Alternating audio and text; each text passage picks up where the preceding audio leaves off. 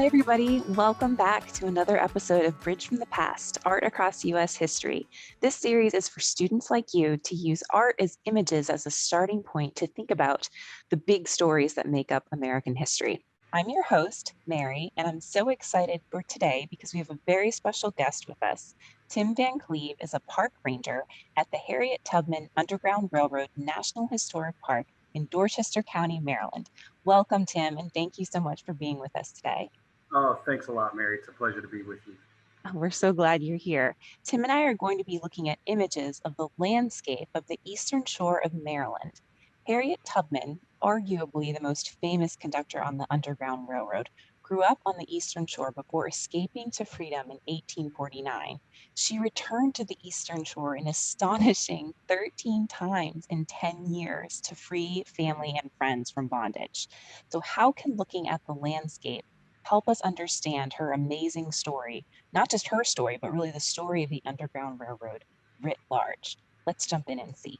So Tim, before we look at our images, I was hoping you could give us just a little bit of context so we can, ground our analysis in what we're looking at here. So first of all, who was Harriet Tubman?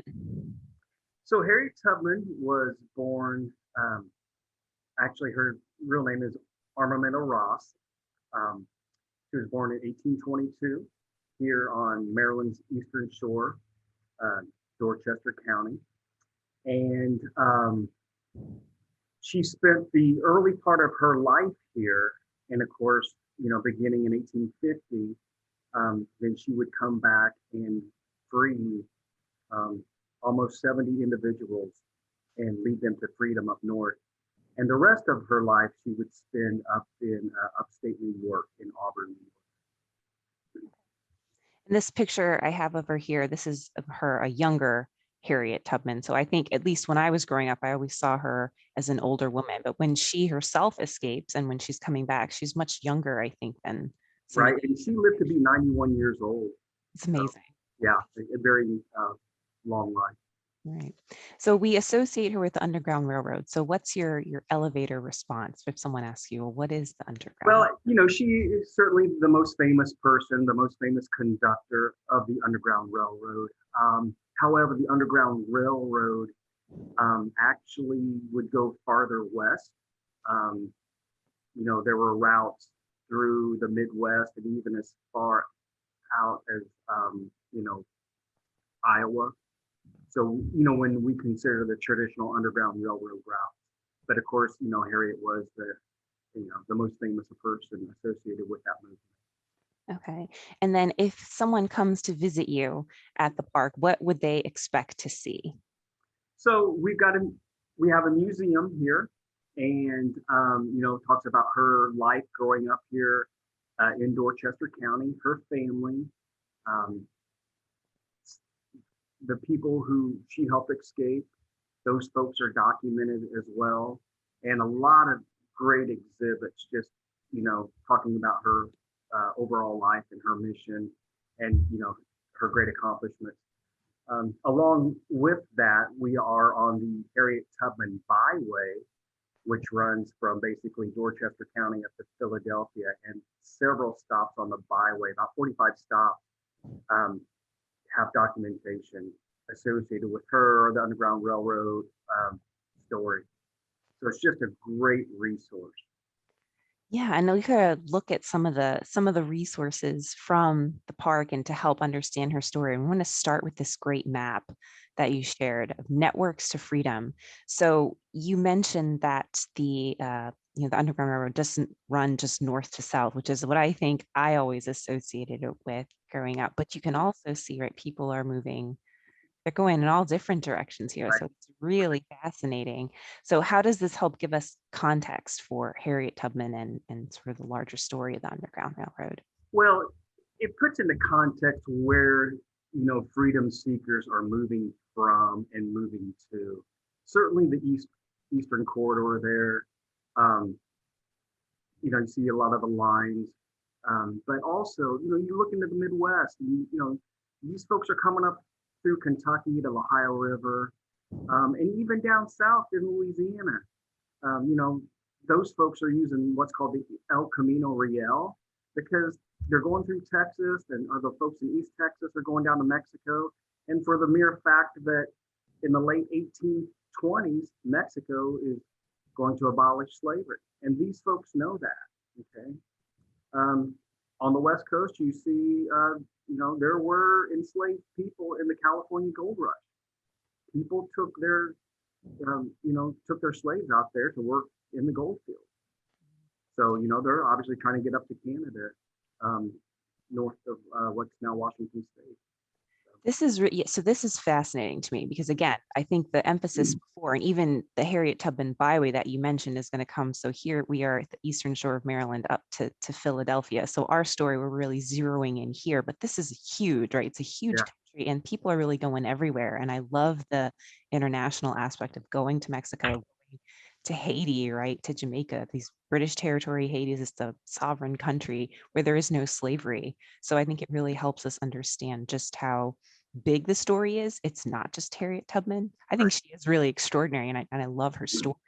But it's really quite massive. So if we can go back in, so we're zooming in back onto the eastern shore of Maryland here, and you have Bucktown General Store. So what's the connection here So with Harriet Tubman? when she was a young girl, she was sent to run an errand at the Bucktown Village store here, and there was a little bit of chaos there because there was another enslaved individual who was trying to get away, and a 2 pound weight was thrown, and it just happened to hit Harriet Tubman in the head.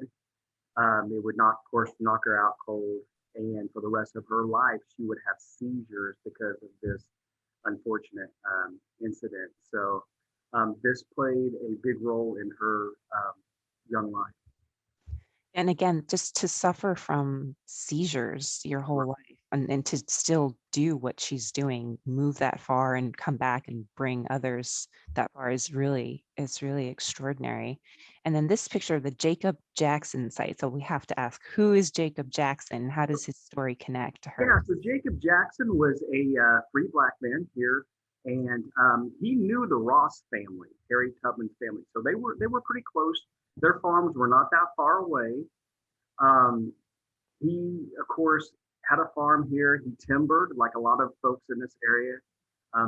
They used the timber industry, um, and he's going to help her in the 1854 Christmas escape of her brother.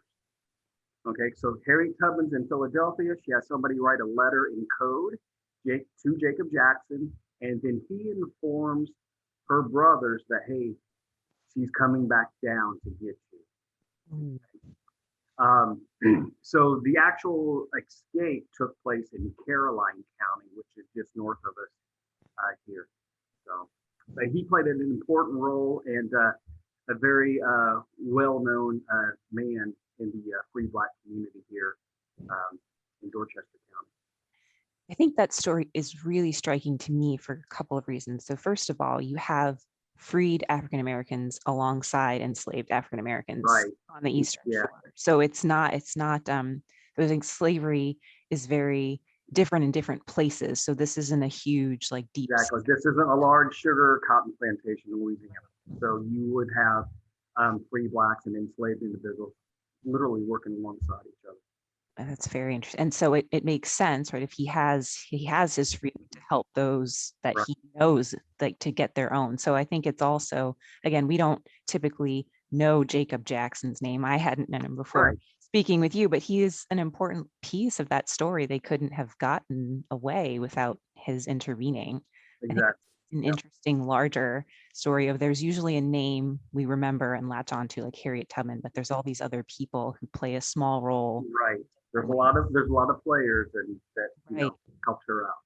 And I think in that same vein, you have Stewarts Canal, which is an important part of the story. So maybe you could explain what we're looking at here and how it connects to Harriet Tubman.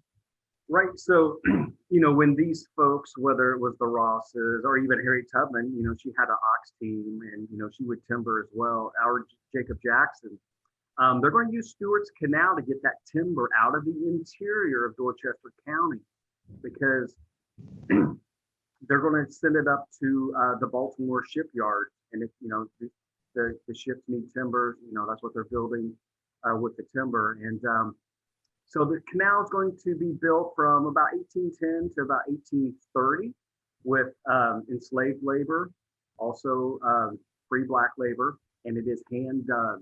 Mm. So, but it's going to open up these marshways and these small local creeks into the bigger bays and allows to get the timber out. So, And this is, again, so the landscape here, and you get a real sense for just the vastness of just saying, oh, I came from the Eastern Shore to Philadelphia, but even to just cross this area right here seems like a really big undertaking.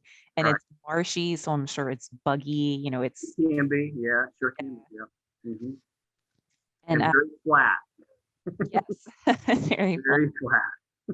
Well, I think when we were chatting before, you also mentioned that sailors coming on these canals or moving the timber would also be a great source of information. So if Harriet Tubman needs to know like what's coming when or who's moving where, Right, again, people playing a role, lots of people playing roles in this yeah. helping freedom seekers. Those folks that they refer to historically as blackjacks, those African American sailors who kind of flying the waterways up and down the Chesapeake Bay. They're they're talking to these folks.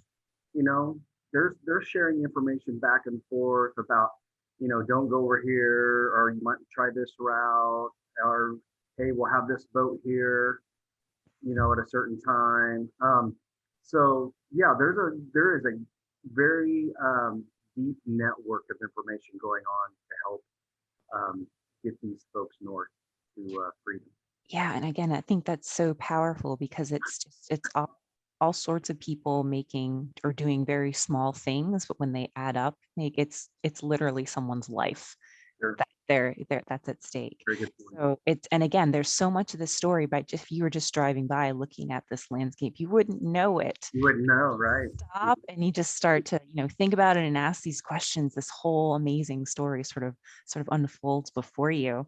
So we started by asking what the landscape, what these images from the park can help us learn about Harriet Tubman and learn about the Underground Railroad. And we learned a little bit about her life, her extraordinary bravery, and also the actions of the men and women in that area that were working either to secure their own freedom or to help others along the way. But we just hit the tip of the iceberg. There's really so much more to say. So we are going to toss it back out to you guys.